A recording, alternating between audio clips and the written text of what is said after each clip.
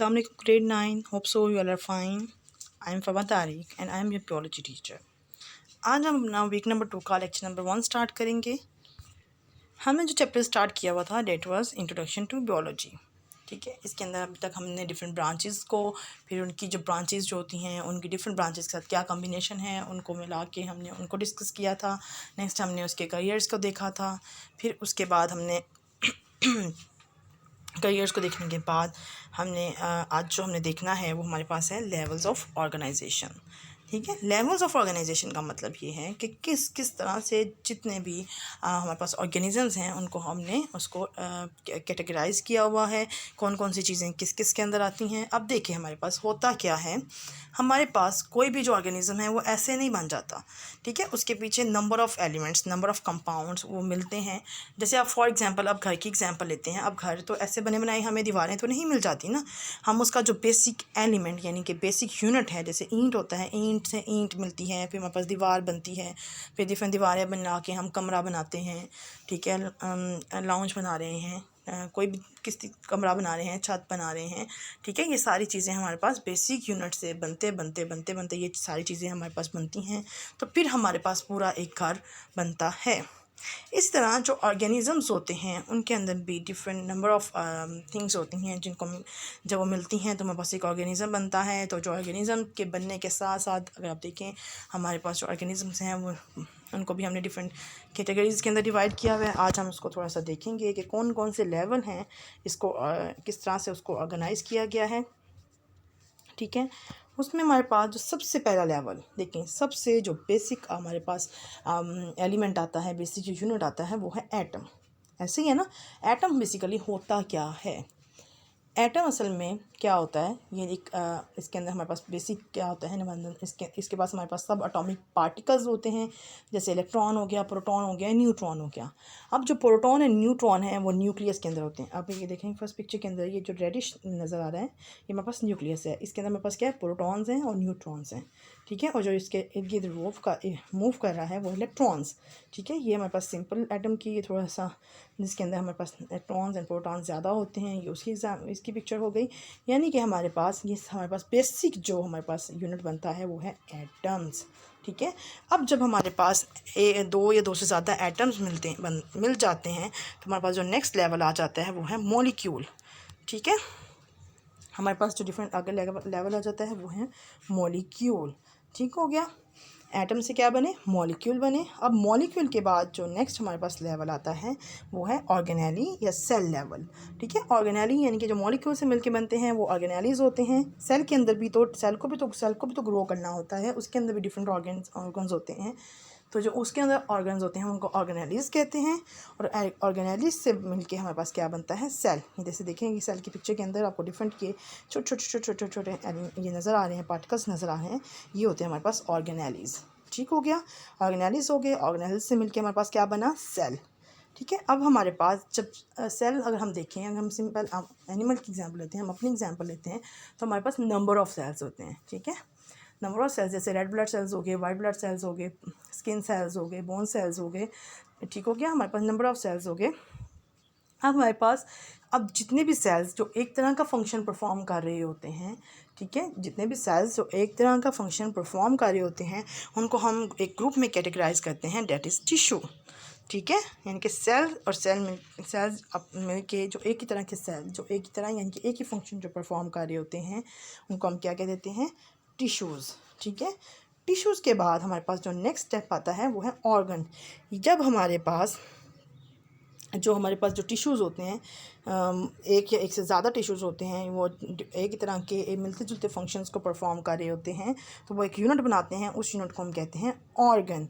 उस यूनिट को हम क्या कहते हैं, ऑर्गन। ठीक है, इसके बाद हमारे पास डिफरेंट ऑर्गन्स मिलते हैं। ठीक है, डिफरेंट ऑर्गन्स मिलके हमारे पास पूरा एक यानी कि वो ऑर्गन्स जो तकरीबन एक ही तरह का फंक्शन परफॉर्म कर रहे होते हैं, मतलब वो रिलेटेड फंक्शन उसी के रिलेटेड फंक्शन परफॉर्म कर रहे होते हैं, वो हम ऑर्गन सिस्टम।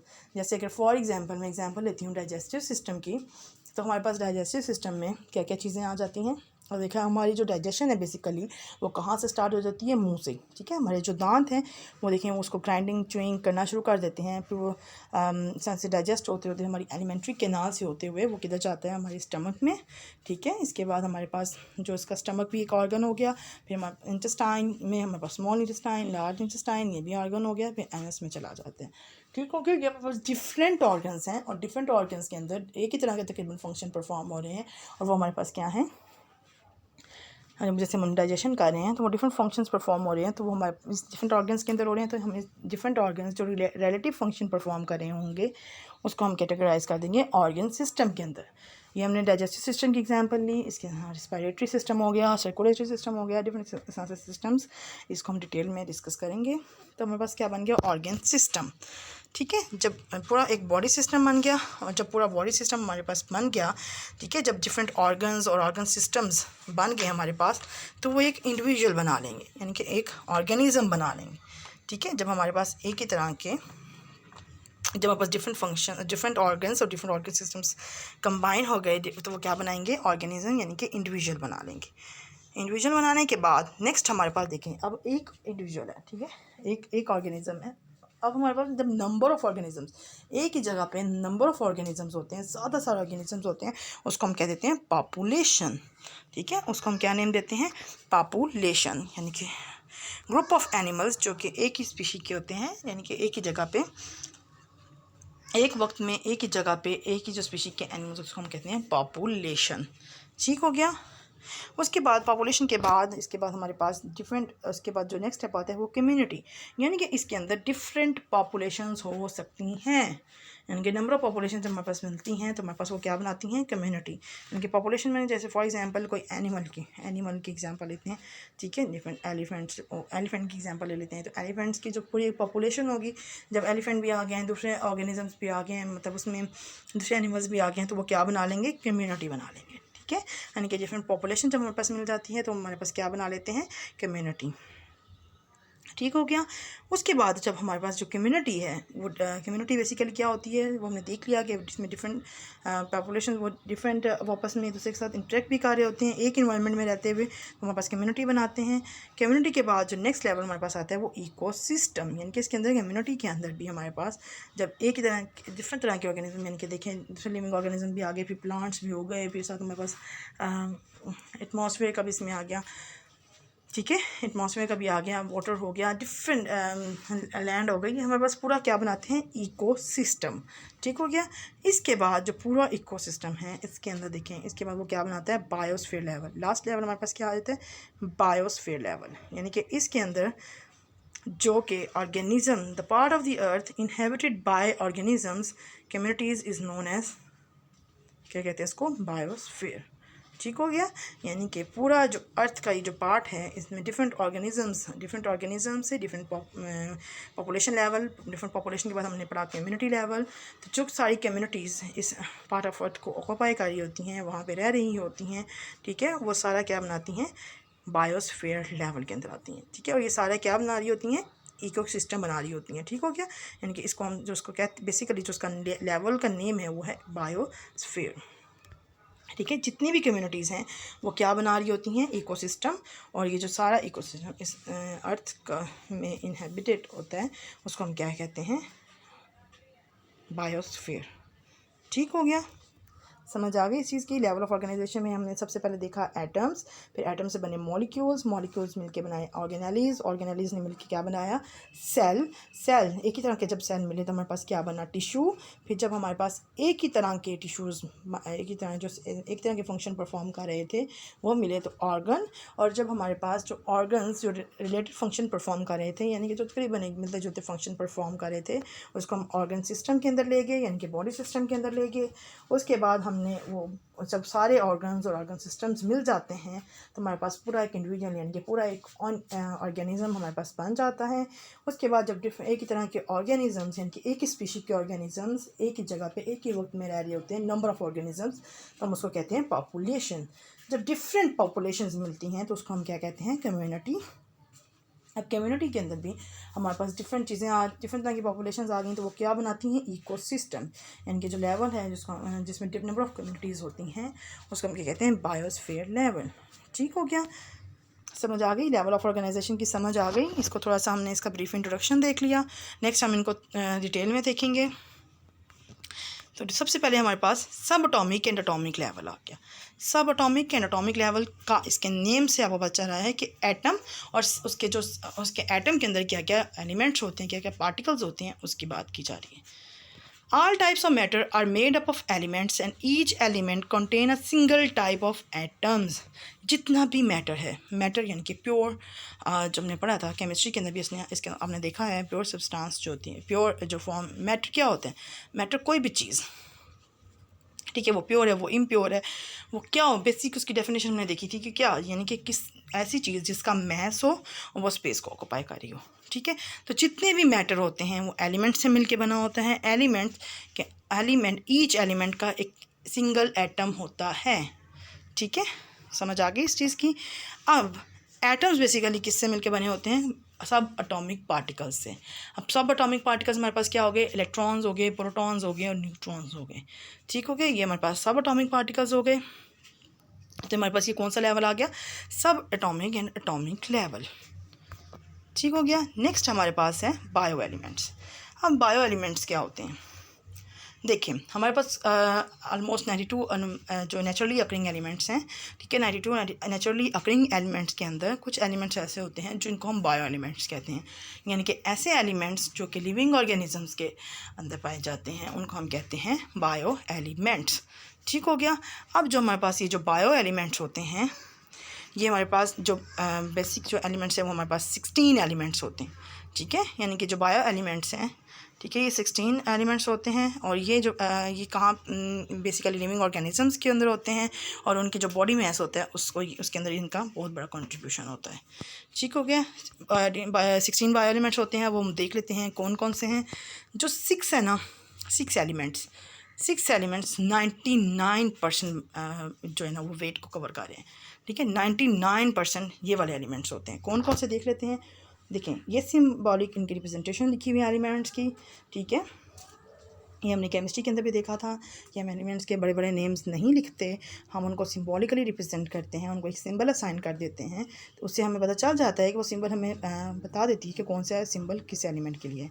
तो ये O for oxygen, C carbon, H hydrogen, N nitrogen, Ca calcium, P phosphorus, यानी कि ये 99% मैस इसका कवर करते हैं। ठीक हो गया।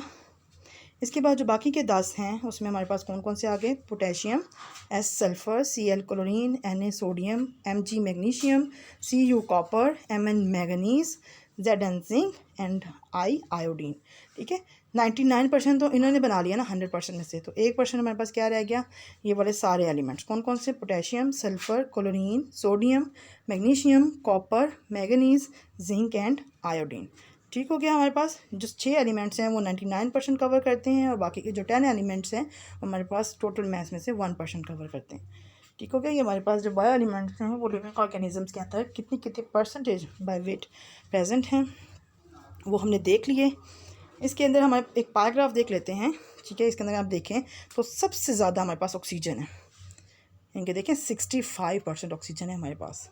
ठीक है, हमारी बॉडी के अंदर 65% ऑक्सीजन है। Next carbon 18%, hydrogen 10%, nitrogen 3%, calcium 2% and phosphorus 1%।